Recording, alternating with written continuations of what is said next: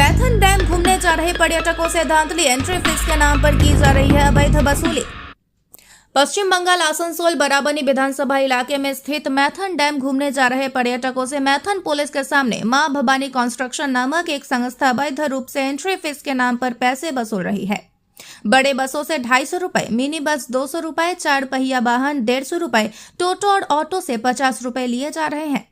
Entry fees के नाम पर अवैध रूप से पैसे वसूल रहे लोगों की अगर माने तो उनको सलानपुर पंचायत समिति ने टेंडर दिया है। इस टेंडर में third dike, Suleman park, firing range और सीताबाड़ी इलाके में जो लोग भी पिकनिक मनाने आएंगे उन लोगों को यह शुल्क देना होगा। पर उन्होंने यह नहीं बताया कि जो पैसे वसूल रहे हैं वह पैसे किस चीज के हैं और क्यों वसूल रहे हैं। इस विषय में जब सलानपुर पंचायत समिति के लोगों से बातचीत हुई तब पता चला कि जिस संस्था को मैथन डैम स्थित पिकनिक प्लेस इलाकों का टेंडर दिया गया है वह टेंडर वहां की साफ सफाई, लाइट, पानी सहित वाहनों की पार्किंग के लिए दिया गया है। इलाके में एंट्री फीस बोलकर किसी भी तरह की कोई वसूली करने की कोई टेंडर पास नहीं की गई और न ही किसी को एंट्री फीस के नाम पर पैसे वसूलने को कहा गया है। उन्होंने यह भी बताया कि इस इलाके से बहुत सारे वाहन झारखंड की ओर जाते हैं। ऐसे में अगर उन वाहनों से भी अगर पैसे वसूले जा रहे हैं तो यह गलत है। वह मामले की जांच करेंगे और दोषियों पर कार्रवाई भी होगी। इसके अलावा अगर हम बात करें पिकनिक प्लेस की तो वहां साफ सफाई नहीं होने के कारण जगह जगह कूड़े का अंबार जमा हो गया है, जिस कारण पिकनिक मनाने पहुंचे लोगों को काफी परेशानियों का सामना करना पड़ रहा है। लोगों की अगर माने तो पिकनिक प्लेस में ना तो लाइट की व्यवस्था है और ना ही पानी की, जिस कारण उनकी समस्या और भी बढ़ जा रही है। यहां तक कि नौका विहार करवाने वाले नौका चालक लापरवाही से नौका चलाते दिख रहे हैं। बिना लाइफ जैकेट के लोगों को नौका में चढ़ाकर नौका विहार करवा रहे हैं और किसी बड़ी हादसे को न्योता भी दे रहे हैं। আজকে পিকনিক করতে এসেছেন, কেমন লাগছে? খুব ভালো লাগছে। কি কি ঘুরলেন মাইথনে? হ্যাঁ, মাইথনে ড্যাম, ভর্তুকি এগুলোই ঘুরলাম। পরিবেশটা কেমন? পরিবেশ খুব ভালো, মনোরম পরিবেশ। আজকে আচ্ছা, তো পিকনিক কুয়াশায় ঢাকা ছিল সকাল থেকে, এখন রোদ উঠেছে। পিকনিক স্পটে পরিষ্কার পরিচ্ছন্ন নিয়ে কি বলুন? খুব সুন্দর পরিষ্কার পরিচ্ছন্ন, খুবই ভালো ব্যবস্থা। আরো কিভাবে ডেভেলপমেন্ট করা যায় মাইথনকে, কি দেখতে চান মাইথন? ডেভেলপমেন্ট বলতে পার্কও আছে, সবই আছে, মোটামুটি খারাপ কিছু নেই। কোথা থেকে এসেছেন? হ্যাঁ, ঘন ঘন জায়গায় ডাস্টবিনটা একটু দরকার ছিল, আর কিছু না। ডাস্টবিন কি নেই? ডাস্টবিন আছে কিন্তু একটু দূরে দূরে। কি নাম আপনার? আমার নাম পায়েল প্রামাণিক, কোথা থেকে এসেছেন? দুর্গাপুর। মাইথন বলতে পৌষ মাস পিকনিকের একদম খুব ভালো দিন। আমরা সবাই মিলে মাইথনে চুজ করেছি কারণ এখানে খুব সুন্দর পরিবেশ, ড্যাম, পার্ক, মেলা সবের একটা ভালো পরিবেশ। কি কি দেখলেন এখনো পর্যন্ত, কি কি দেখলেন?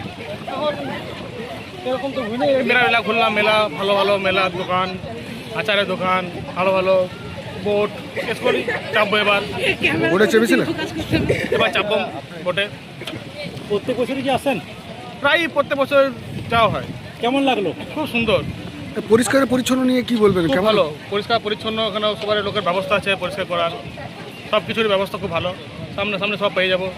আপনার নাম? অরিজিৎ ভান্ডারী, কোথা থেকে এসেছেন? অন্ডাল। কেমন পর্যটক আসছে? এবছর 2025 ডিসেম্বর মোটামুটি ধরুন লোকজন যেটা আগত আসার ধরুন শুভ আরম্ভ ছিল, তো দেখা যাচ্ছে যে তার হারে এবছর লোক কম আছে। কেন কারণ?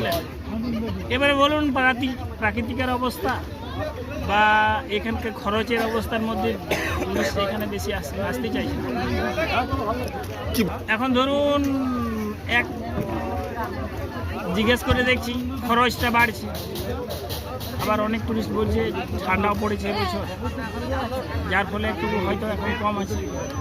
তো দেখা যাক 1 জানুয়ারি অবধি আশা করছি যে ভালো লোকজন এখানে হবে এবং সব টুরিস্টের কাছে বলবো আমরা যেন মাইথন ঘোরার জন্য।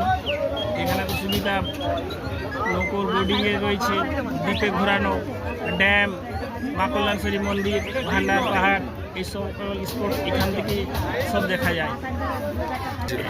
এখানটায় ধরুন যে গ্যাঞ্জামটা হচ্ছে আপনার যেটুকু রান্নাবান্না, তারপরে যেটা হচ্ছে সেটা সাফাইয়ের ব্যবস্থা রাখতে হবে। এবছর সীমিত জায়গা অনেক ছোট, যার ফলে সাফাই যদি না থাকে অসুবিধা তো হবেই। ডাস্টবিন ডাস্টবিন এখন পর্যন্ত তো নজরে পড়েনি, এগুলো দেখি যদি সেরকম ব্যবস্থা হয় তাহলে হবে। আর হ্যাঁ, অপরিষ্কার দেখুন, টুরিস্টরা এলে এখানে প্রথম তো ধরুন যেটুকু দরকার সাফ সুতরা না হলে তো দাঁড়াতে চাইছে না, কোথায় থাকবে তারা, কোথায় রান্না করবে, একটু অসুবিধা থাকবেই ওইটা। উন্নয়ন দেখুন, যেটুকু আমরা দাবি করছিলাম বাথরুম শৌচালয় এটা হয়েছে, লাইট ব্যবস্থাটা কিছুটা হয়েছে, রাস্তাটা এইখান থেকে যে মেন রোড থেকে এই রাস্তাটা কিছুটা খারাপ আছে, রাস্তার ব্যাপারটা ঠিক আছে, আর সাজানো গোছানো দরকার তো আছেই, না সাজানো হলে ধরুন অসুবিধা। লাইফ জ্যাকেট দেখুন, আমরা তো চেষ্টা রাখছি সবসময় জ্যাকেট পরিয়ে দিতে, কিন্তু ওরা জ্যাকেট না পরলে সেটা ওদের দায়িত্ব। আমাদের প্রত্যেকটা গাড়িতেই লাইফ জ্যাকেট রাখা আছে, লাইফ জ্যাকেট সব গাড়িতে দিয়েছি, কোনো অসুবিধাই নেই। কাস্টমার যদি না ধরুন পরে তাহলে সেটা আমি কি করব বলুন, আমরা তো এখানে চাপার সময়েই বলে দিচ্ছি দাদা পরে নেন, কিন্তু ব্যবহার করছেন ব্যবহার করছেন না। কি নাম? আমার নাম সাধন গোড়াই।